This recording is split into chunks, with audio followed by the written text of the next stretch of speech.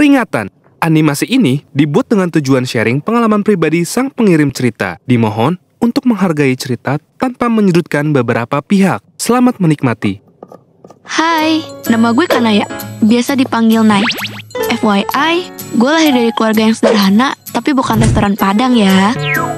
So, ya nggak kurang, nggak lebih juga, hihi. Papa dan Mama adalah tempat gue belajar pertama kali, terutama Mama. Mama itu dibesarkan di Sumatera Utara. Mama lahir dari keluarga yang pinter dan bernasib baik. Nah, dari kecil, gue sering banget dapet nasihat tentang hidup dan pendidikan, apalagi cerita tentang sekolah kedinasan.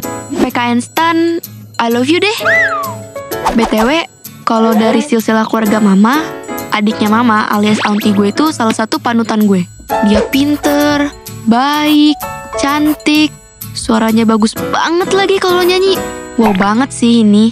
Ini mah bener-bener independent woman. Gak cuma auntie aja yang bikin gue speechless. Keluarga Mama dari kedua orang tuanya juga pada bernasib baik, pinter-pinter, cantik, cakep, lengkap banget deh pokoknya. Tapi ternyata keberhasilan mereka seakan-akan ngajarin gue bahwa untuk hidup, untuk jadi orang, harus sekolah, harus belajar mati-matian pokoknya. Nah ini nih trigger gue jadi bocah ambis. Karena ya mereka notabene-nya orang yang sekolah pakai beasiswa, kuliah di universitas negeri. Wah banget deh, jadi role model gue banget sih orang-orang di dekat gue tuh. Dan alhamdulillahnya, kepintaran-kepintaran mereka nurun sedikit ke gue. Istilahnya ya gue kena percikan sedikit lah. Dari kecil, apapun perlombaannya, kelas berapapun gue, pasti dapet tuh juara 1. Sampai satu waktu, Mama dan Papa nyokolahin gue di SMP swasta. Yang mana itu sekolahnya sekolah terbaik di sini.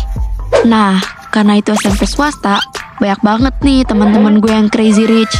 Dan gue mah apa tuh, cuma nemar-nemar rengginang doang. So, apakah gue jadi juara 1 di kelas? Boro-boro bro, masuk 5 besar aja alhamdulillah. Tapi Mama dan Papa gue tuh gak nuntut apa-apa sih selain gue jadi anak yang baik dan taat sama agama. Cuman emang dasarnya gue tuh bocah ambis. Gue tuh hobi banget ikut kompetisi. Walaupun di SMP ranking gue sedikit menurun sih, tapi gue sering banget ikut lomba. Mulai dari news anchor, speech English, storytelling, apapun lah. Nah, di sana circle pertemanan gue mulai terbentuk. Gue mulai percaya diri dan punya teman. Yeay! Sebulan, 2 bulan, 3 bulan, kita makin dekat. Kadang gue sedikit iri sih sama mereka karena uangnya itu loh, tajir melintir woi. Tapi sebelum masuk ke sekolah swasta itu, Mama udah bilang sih kalau, nak, kita gak bisa ngikutin gaya hidup mereka. Kalau teman-teman kakak punya 10, setidaknya kakak punya 5. Ya gitulah perumpamaan kalau gue gak bisa selalu ngikutin gaya mereka. Kalau ada beberapa teman gue yang punya HP merek iPhone, ya gue juga punya, tapi Android. Ya kayak gitulah maksud gue 10 dan 5 tadi. Tapi gue sadar Mama ngajarin gue banyak hal yang gak bisa dibeli pakai uang mereka. Gue kan anak yang ambis banget. Waktu naik kelas 2, akhirnya gue masuk 3 besar dan bawa piala nilai sains terbaik di kelas. Wow, itu sih bener-bener pencapaian yang terwadidau digidau semasa gue kelas 2 SMP. Oh iya, gue juga sering diskusi sama teman-teman gue. Lanjut SMA di mana, kuliah di mana, dan mau jadi apa. Itu adalah salah satu topik yang selalu gue bawa kemana-mana. Pasti ada aja yang nyelutuk, aduh gue kuliah disuruh ambil sastra Arab nih. Gue sih kedokteran, dimana aja oke kok. Dan lucunya, ada juga yang bilang, hah, jangankan kuliah, SMA aja gak tahu nih mau di mana. Kita sering banget cerita tentang ini, dan gue sering juga cerita buat sekolah di mana, my dream college, dan besar mau jadi apa. Padahal mah Tuhan udah ngatur semuanya. So, dengan bangga, gue bilang kalau gue mau sekolah di SMA negeri terbaik di provinsi gue, yang berbasis fisik dan pelajaran yang sangat high quality lah. Makin lama, gue makin tenggelam dalam pikiran bahwa untuk jadi orang sukses itu harus masuk sekolah di sini dan kuliah harus di sana. Seenggaknya itu yang selalu ada di benak hati gue. Waktu berlalu begitu aja. Gak kerasa, waktunya tes SMA tinggal 8 bulan lagi. Waktu lihat persyaratannya, gue speechless banget. Di sini persyaratannya tertulis, melampirkan sertifikat OSN bila ada, tidak perlu ikut tes akademik. Ada wawancara pakai bahasa Inggris juga. Waduh, gila banget nih sekolah. Di situ gue terdiam dan ya gitu deh, bingung gimana cara dapetin sertifikat itu. Gila banget. Padahal mah gak ada juga gak apa-apa. Kayak yang gue mention di awal cerita, bahwa mama dan papa gue tuh sebenarnya gak terlalu nuntut gue dalam hal pendidikan. Yang penting sekolah dan tetap serius. Waktu kita baca persyaratannya, mama langsung bilang, gak semua orang yang punya sertifikat OSN mau sekolah di SMA ini, Kak. Hidup gak selalu di atas, kadang di bawah juga. Gak usah terlalu dipikirkan. Allah udah ngatur rezeki setiap orang. Gak akan tertukar kok, do your best aja. Tapi emang dasarnya gue kolot. Gue pengen aja gitu bisa bikin bangga keluarga. Beberapa hari kemudian, gue sering banget temen mikirin OSN itu. Kadang cerita sama teman, tapi jawabannya malah, halah masih lama itu mas, santai aja. Kayak, what? Santai? Santai gimana bro? Bentar lagi tamat SMP. Kalau gak ada persiapan yang mateng, bisa-bisa hidup lu yang mateng. Malamnya dada gue sesak banget, pengen nangis.